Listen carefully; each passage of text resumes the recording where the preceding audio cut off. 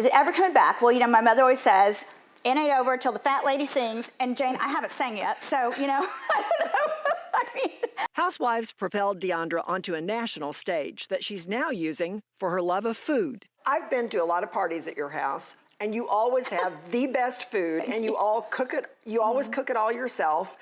How did you go from that to saying, I want to do something actually in the culinary world? This is what I love and what makes me happy. And when we talk about self-love, the most happy thing I can do is, I don't care how difficult my day has been, I will come home and I will get in there, I'll start chopping, and I'll think about what am I gonna make for dinner.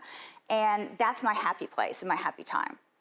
I think that's key, because I always tell people that when you think about self-love, the thing that you can do when nobody's watching and you do it just because you love it, that's authentic you. People look at you, you're beautiful, you have money, you're doing TV shows, you seem like you have it all.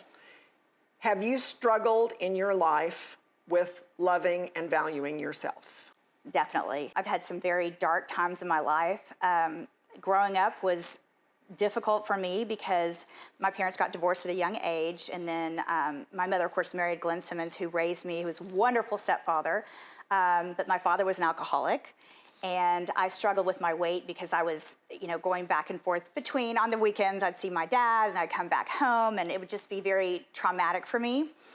And I also had a mother who was a beauty queen, 33 beauty pageant crowns, and was a model and had a successful business.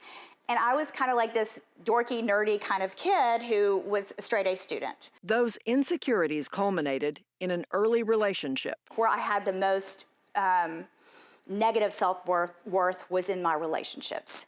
I didn't feel good enough. I didn't feel pretty enough. I didn't feel, loved enough. And I couldn't do, what could I do to be loved more or liked more or cherished more? And that's how I got into a relationship with someone who was, actually we met at church, believe it or not. I mean, of all things, our families were friends. He became very violent and aggressive, and I let it go on too long to where I almost died. I think I shared with you, I have chronic pain.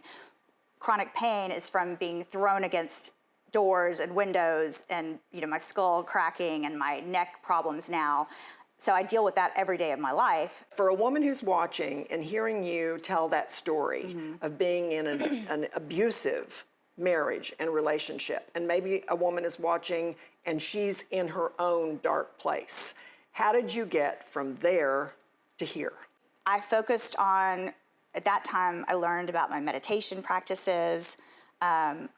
I started doing, I think, a yoga practice. I went to counseling, a lot of counseling. I know that you have a lot of faith.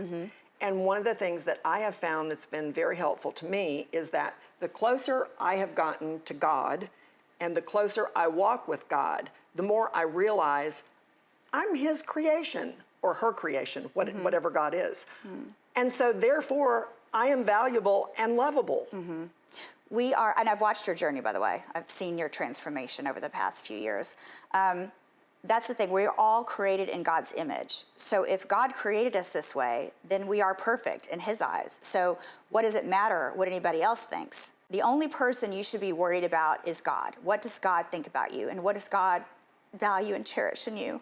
And if He values and cherishes you and loves you and thought enough to create you, then, what everybody else thinks doesn't matter. I mean, of course it matters what my husband thinks because, I want a good marriage, or, I want to be good to my friends and my employees, and I want my mother and I, we have a difficult relationship sometimes, but I love my mother. But at the same time, the most important thing is God. If we're just talking about fun, just fun for Deandra, that's self-indulgence or whatever, what's that? I'll go anywhere in the world to eat a good meal. I love traveling. I want to spend time with women that are implementing change. I think about this a lot at my age. I'm older than you. I think about what I want the last third of my life to look like. What do I want to do with that time I have? When you think about the last part of your life, what do you want to do? The same thing when I was 4. I still want to act. I still want to, I've never changed my view on that. I guess when I was 4, I knew that I saw the writing on the wall, this ain't going to change, I still want to do that. I still want to pursue it because I love it. I enjoy it. I want to write a cookbook. I've written it, but I want to get it published. That's something I want to do. I'm producing. I love that. I'm excited about it. I am acting in some of those and hosting in some of those. Telling amazing stories that people have not told, that are people's journeys like I've been on and different people have been on that you wouldn't know about. That's exciting to me. I need to keep doing it, right? That's what I love. On the right path. That's what I love, is telling stories about women like you. Until I'm pushing up daisies, I need to keep going.